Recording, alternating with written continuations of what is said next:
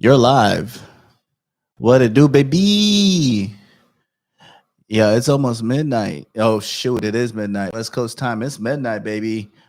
Um, yeah, I'm in it. I'm in it. I should be in bed, but I work graveyard, and I think I've figured out how to maneuver in the space of getting sleep. I did that by grabbing one of these. The link is below, but this right here has been a godsend. I was struggling heavily. I was struggling heavily with getting to sleep after work. So after work, I would get off around, let's say I get off at 5:30 at 5:30 in the morning. Commute back to my house was 15 minutes away. I would put on some normal people clothes, drive to Alyssa's house, try to take a nap, but really can't take a nap because I'm still like raging from the caffeine. Then I would have babies wake up around 7. I get them dressed. We play around, or at least I think I'm playing around because I'm so tired at that point, but can't sleep because of caffeine. I would take him to daycare by around 8:30, be back at my house around 9, and hopefully I'm in bed 8 or 9:30 trying to sleep. But it's been very difficult, or in the past it's been difficult. I just lay there hoping that something hits me and this knocks me out, but it doesn't happen. So I bought one of these guys right here. Nobody suggested it to me at work. I just like self-counsel myself and started looking for something that would put me at ease and put me to sleep. And this worked. It is America's number one trusted sleep aid. Again, the link is below. I got it from Amazon. It shipped literally like that night. As that night, it was like midnight. I was looking for something, found it on Amazon, ordered it. It was at my door by the time I got home. Took it, knocked the clear out, woke up feeling a little bit groggy, but I was rested. A little bit groggy. I was rested because I only did like 6 hours of sleep, but it gave me enough strength to power through the next day without having to take as much caffeine. So now I think like for 3 days in a row, I was cutting off caffeine at midnight. And then that would what it allowed me to do is by the time I get home, I have like not a lot of caffeine in my body. I can go directly to sleep using this guy. So that was pretty cool. I discovered that. I also got a whole bunch of blackout curtains, blocked out my whole room. There's zero light in there. And on top of that, I used to sleep with this mask. Those curtains are also in the description below, as well as the mask, which I still use for comfort purposes. So everything's black. Everything's black. This little guy makes me super sleepy. I knock out, I get the rest I need, which explains why I'm up right now, still kind of like wide awake. But here we are. Here we are. I'm letting you know that graveyard isn't that bad if you can get into a pretty good sleep cycle, but it does mess up what you need to do during the day when you have kids, which I am probably going to have to finesse my way through that. We'll figure it out. I'm not sure how, but we'll figure it out as we always do. That's probably the wrong answer, but like I said, we're going to figure it out. So right now, I am I expressed earlier this week or last week, if you have a resume and you need somebody to like look over it and do a little bit of wordsmithing, send it to me on LinkedIn. I'll look at it and I'll see what I can do to make it like more pretty, send it back to you so you have some sort of resume that might be able to get your foot in the door.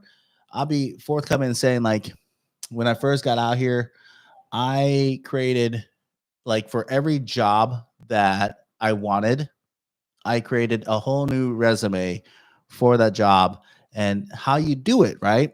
And not a lot of people tell you this. So I'm going to tell you right now, if you're watching this and you really want to get a job, I should stop saying job, a career, because a job, you can just fill out an application that they give you at the front door. A career is a whole different thing that requires a resume. So let's talk about careers. So for a career, you're on LinkedIn, you're looking at the job description. What you're trying to do is write some sort of accomplishment or know-how or some sort of factoid that's in relationship to that, either one, what your day-to-day task is, or what your requirements are. So if you're able to do that and articulate it in a manner that is it speaks to the culture of the company that you're trying to get a career with, it makes it easier for those recruiters to align what they're looking for with what you have on paper, and that gets you that phone call. And the phone call is a whole different subject, but we're just talking resumes. So for a resume, I liked to have either one really crispy looking page or two pages. How I'm able to do that is there's a few things that you can do. One, you got to use the header. If you don't know what the header is on the Word doc, double click on the very up top, and then you go into like a whole new space. You go to a whole new space. You can manipulate that to where your name is directly at the top, and then when you print it, it's not like super bold. It's a little bit faded in color, but that kind of speaks to individuals. Here's this part. Like your resume says a lot about you and what you're able to do with either one software or document. So having that go up there lets them know like this person at least knows how to use Microsoft Word, which is one of the most common things used throughout people's careers as they're writing documents and whatnot. So that's like step one. And I just did it for this person right here. The second thing, as I'm looking at a lot of resumes, I like to make a distinct line from that header. So the header, what I put up there is like usually the name, first, last name, put an email, phone number, and the city, as well as zip code. You don't have, I put the state on there, just the abbreviation of state. I'm not sure if that's necessary if you already have a zip code. I'm not sure. Depends on how smart the company is. What I usually do too is if you want a bonus is you can go into the Word, right? You go into Word.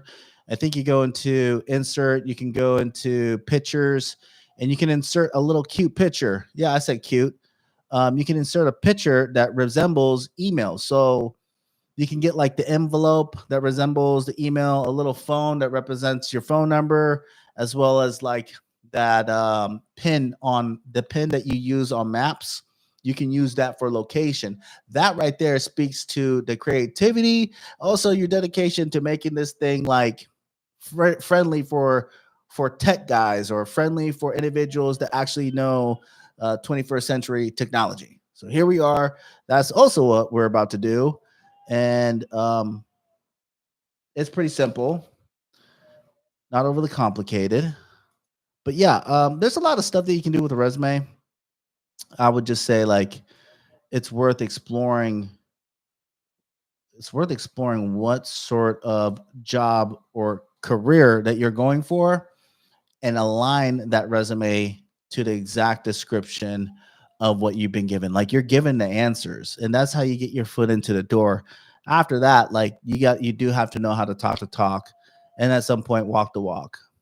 But anyways, that's it. I wanted to keep this short and brief because I got other stuff to do, and I'm trying to like wordsmith this real quick, and I can't quite do that while I'm talking at the same time. So if you got a resume out there, you want somebody to look at it. Oh, my daughter just woke up. You got a resume out there, you want somebody to look at it, send it to me in LinkedIn. Just look up Jesse Monk. I'll pop up on LinkedIn with a cool suit, and I'll see what I can do for you. Other than that, it's past midnight. Deuces.